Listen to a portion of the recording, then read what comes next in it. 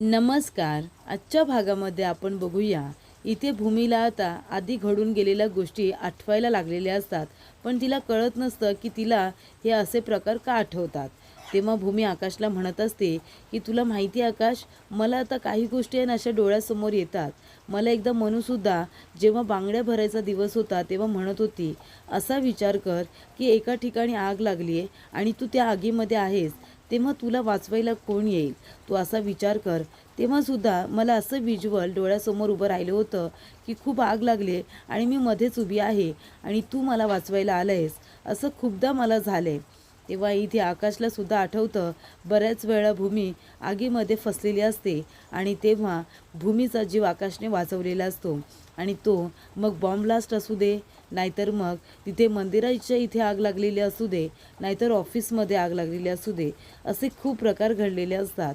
तेव्हा इथे भूमी म्हणत असते, आकाश मला असं का आठवतं. तेव्हा आकाश म्हणत असतो, कदाचित असं घडूनसुद्धा गेलं असेल. तेव्हा इथे भूमी म्हणते, म्हणजे. तेव्हा आकाश म्हणतो की मागच्या जन्मी वगैरे घडलं असेल ना. तेव्हा भूमी म्हणते, अगदी बरोबर. आपण 7 जन्म म्हणत असतो, तर कदाचित मागचा जन्मसुद्धा आपण एकत्रच असू, बरोबर की नाही. तेव्हा इथे आता रघु काका त्यांचं बोलणं ऐकतात आणि रघु काका मनामध्ये म्हणत असतात की जर मालकीनबाईंना आधीचं असं सगळं आठवतंय, तर मग आकाशबाबांनी त्यांना सांगायला हवं ना. त्यांचा धीर होत नसेल, मला आता हाच दुवा घेऊन आता काहीतरी त्यांना हिंट द्यायला पाहिजे, असं रघु काका ठरवतात. आणि ते आता रूममध्ये जाणार आकाशची साथ द्यायला. तेवढ्यातच तिथे अभि येतो, त्यांच्या खांद्यावरती हात ठेवतो आणि त्यांच्याकडे रागाने बघत असतो आणि म्हणतो, चल आता माझ्याबरोबर. आणि तो रघु काकांना ओढत आणत आपल्या रूममध्ये घेऊन येतो आणि त्यांना आता मार मार मारत असतो. तो म्हणत असतो, काय रघु, काय सांगायला जात होतास आकाश आणि भूमीला? आमचं सत्य सांगायला जात होतास का? तुला काय वाटलं तू इथे आलास तर आम्ही तुला सहजरित्या इथे राहू देऊ का? हे बघ, तू जर आमच्याबद्दल भूमी आणि आकाशला काहीही सांगण्याचा प्रयत्न केलास ना, तर तुला सोडणार नाही. तुला माहिती आहे ना आम्ही काय करू शकतो. तेव्हा इथे अभि म्हणत असतो की आता तू या घरामध्ये आलायस म्हणून तुला आम्ही निवांत राहू देऊ असं वाटलं का तुला? इथे भूमीची ही अवस्था बघून तुला वाईट वाटतंय ना, पण तुझ्या मुलीला तू बघितलीस का? हा फोटो कुणाचा आहे? तेव्हा रघु म्हणतो की ही तर माझी मुलगी आहे. तेव्हा इथे अभि म्हणत असतो की तुझी ही मुलगी आहे ना, कुठे आहे, कुठे राहते, मला सगळं काही कळलं आहे. तुला काय वाटलं तू या घरामध्ये येशील आणि मग आम्हाला काही कळणार नाही का? तू तुझ्या मुलीचं कॉलेज बदललंस, तिचं राहण्याचं ठिकाण बदललंस, तिला दुसरीकडे पाठवलं शिकायला. तुला वाटलं हे आमच्यापर्यंत पोचणार नाही, पण आम्हाला सगळी माहिती कधीच मिळाली. ज्या क्षणी तू या घरामध्ये पाऊल ठेवलंस ना, दुसऱ्या क्षणाला तुझ्या मुलीबद्दलची सगळी माहिती माझ्या माणसांनी शोधून काढली. आणि जर यापुढे जर आमचं सत्य भूमी आकाशला सांगायला गेलास ना, तर तुझी मुलगी आहे ना, तिला आमची लोक उचलतील आणि मग कुठे घेऊन जातील, ती पुन्हा तुला दिसेल की नाही हे सुद्धा माहिती नाही. नाहीतर तुला तिला फोटोमध्येच बघावं लागेल. आणि इथे आता अभि काकांना मारत असताना आकाश तिथे येतो आणि म्हणतो, काय रे, काय करतोयस तू? तेव्हा इथे अभि म्हणत असतो, अरे काकांच्या पाटणीमध्ये चमक भरली होती, आपण नाही का 3 वेळा मागून असं दाबतो आणि मग ती चमक निघून जाते, म्हणून मी तसं करत होतो. हो की नाही काका, बरं वाटतंय ना तुम्हाला? रघु काका म्हणतात, हो बरं वाटते मला. आकाश म्हणतो, सगळं काही ठीक आहे ना रघु काका? तेव्हा रघु काका म्हणतात, हो आकाश बाबा, मी एकदम ठीक आहे. तेव्हा इथे आकाश म्हणत असतो की मला आत्याशी बोलायचं होतं, कुठे आहे ती? मला दिसत नाही आहे मगापासून, रूममध्ये सुद्धा नाही आहे. तेव्हा अभि म्हणतो की ती बाहेर गेली आहे. तुम्ही दोघंजणं सुखरूप आलात ना, म्हणून देवाला आभार मानायला गेले. तेव्हा इथे आता अभि हे जे काही करत असतो ते आकाशला थोडंसं वियर्ड वाटतं. तेव्हा आकाश म्हणतो की रघु काका, चल तू माझ्याबरोबर, मला तुझ्याशी सुद्धा बोलायचं आहे. तेव्हा रघु काका आपल्या मनामध्ये म्हणत असतात की मी तुम्हाला शब्द देतो आकाश बाबा, की हे सत्य लवकरात लवकर मी तुम्हाला सांगेन. या लोकांनी माझ्या मुलीची ढाल करून मला गप्प राहण्यासाठी सांगितलं होतं ना, पण आता नाही. ह्यांचेच प्लॅन यांच्यावरती कसे फिरवतो ना ते बघाच आता तुम्ही, असं आता रघु काका म्हणतो. तर इथे अभिने आता रघुला धमकी दिलेली असते. तर रागिनी भेटायला आलेली असते भानुशालीला. रागिनी म्हणत असते, काय मग कसे आहात? तेव्हा इथे भानुशाली म्हणत असतो की तुम्ही मला शब्द दिला होतात ना की भूमी लवकरात लवकर माझ्याकडे असेल, पण तसं काहीच झालेलं नाही आहे. शब्द देऊन तुम्ही पाठसुद्धा फिरवलेली आहे. तर इथे भानुशाली आता म्हणत असतो, काय काम आहे ते मला सांगा. तेव्हा इथे रागिनी म्हणत असते, अहो काय तो सूर, सांगायलाच आले इथे तुम्हाला. हे बघा, मी तुम्हाला शब्द देते की भूमी लवकरात लवकर तुमच्याकडे येणार आहे. पण अजून एक गोष्ट म्हणजे अशी की तुम्हाला आता एक महत्त्वाचं काम द्यायचं आहे. तुम्हाला आकाशवरती सूड उगवायचं आहे ना, त्याच्यामुळे आता तुम्हालाच बघा काय करायचं आहे.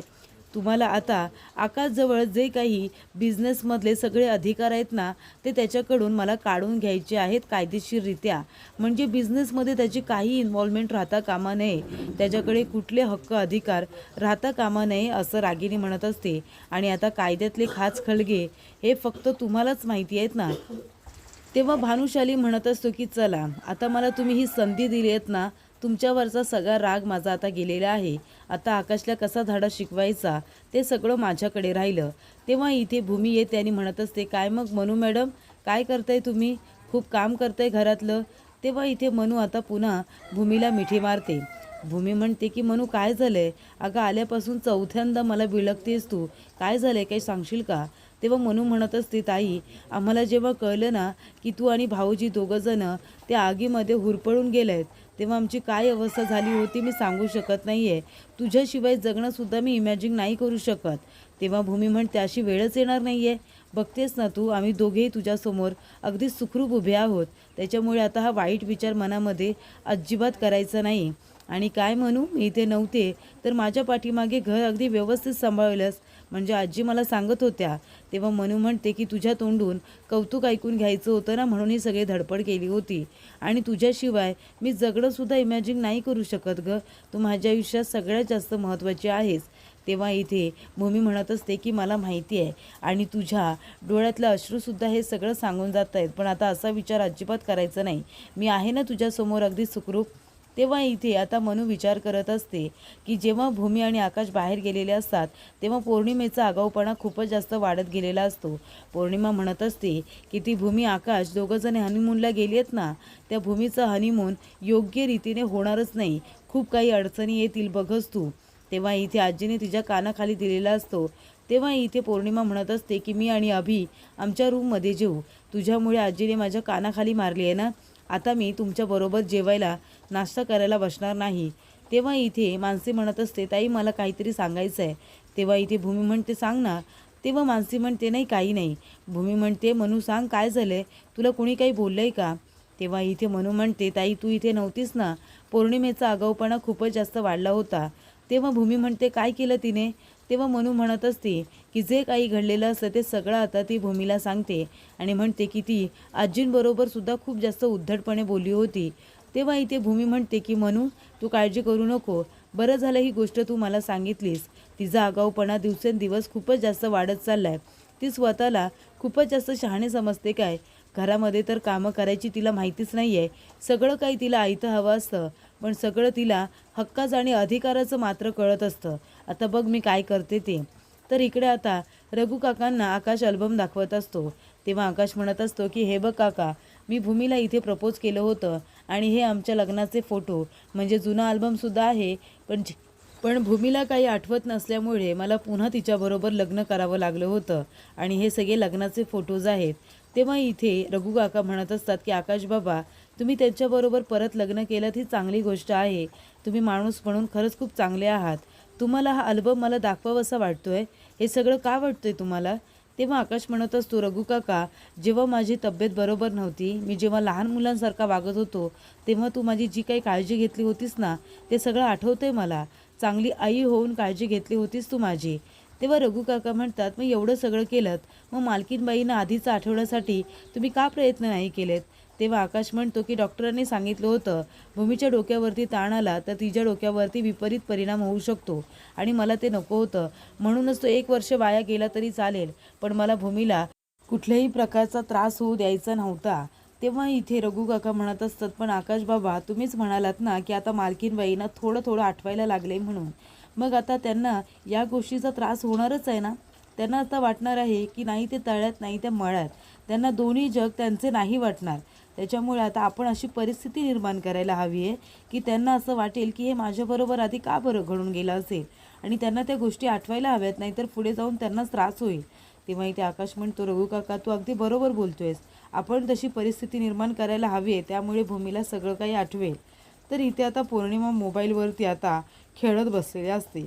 तेवढ्यातच तिथे भूमी येते आणि म्हणत असते की हे घे पौर्णिमा, मी तुझ्यासाठी आहे ना हा दोरा घेऊन आली आहे गं, विणायचा दोरा असतो ना तो. तर असं ह्याचं कर, काय करायचं आहे ते तुला. तेव्हा इथे पौर्णिमा म्हणते मी काय करू. तेव्हा भूमी म्हणते कर, जे काही तुला करायचं आहे ते कर. तेव्हा इथे पौर्णिमा घेते आणि तो दोरा आता तोडण्याचा प्रयत्न करत असते.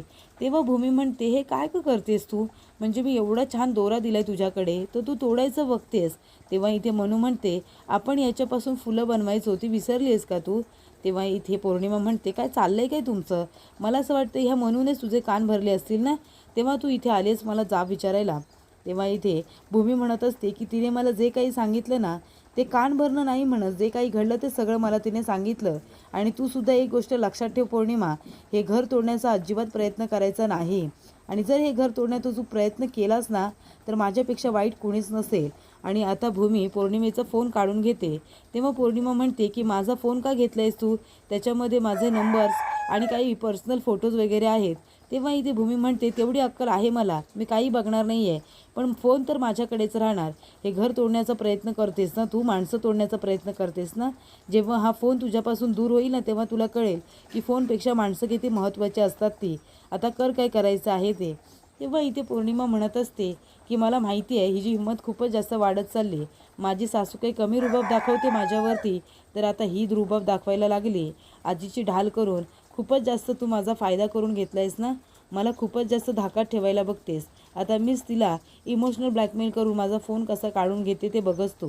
तर पुढील भागामध्ये आपण बघूया. इथे रघु काका म्हणत असतात की आपण अशी परिस्थिती निर्माण करूया की मालकीनबाईंना स्वतःहूनच सगळं काही आठवायला लागेल. तेव्हा इथे आकाश म्हणत असतो की अगदी बरोबर, आणि डॉक्टरांनी सुद्धा आता परवानगी दिली आहे. तेव्हा इथे पौर्णिमा आता रागिणीला फोन करून हे सगळं काही सांगते. तेव्हा इथे आता आई जोगवा मागण्यासाठी आलेले असतात. तेव्हा इथे भूमी त्यांची ओटी वगैरे भरते. तेव्हा आई आता आकाशला म्हणत असतात की जे काही मोहीम तो हाती घेतलेली आहेस ना त्याच्यामध्ये तुला नक्की यश येईल, तुला जे काही करायचं आहे त्याच्यामध्ये तुला नक्की यश येईल, आईचा आशीर्वाद आहे तुला. असं सुद्धा आशीर्वाद आता आकाशला मिळालेला असतो, म्हणजे भूमीची स्मृती परत येईल असा आशीर्वाद दिलेला असतो. तेव्हा इथे रघु काका म्हणत असतात की मालकीनबाई तुम्ही माझ्या मुलीला नाही बघितलीत ना, हा बघा माझ्या मुलीचा फोटो. आणि मुलीचा फोटो दाखवल्यानंतर लगेचच इथे आकाशचा एक फोटो असतो. तेव्हा भूमी तो फोटो बघायला लगेचच फोन मागते.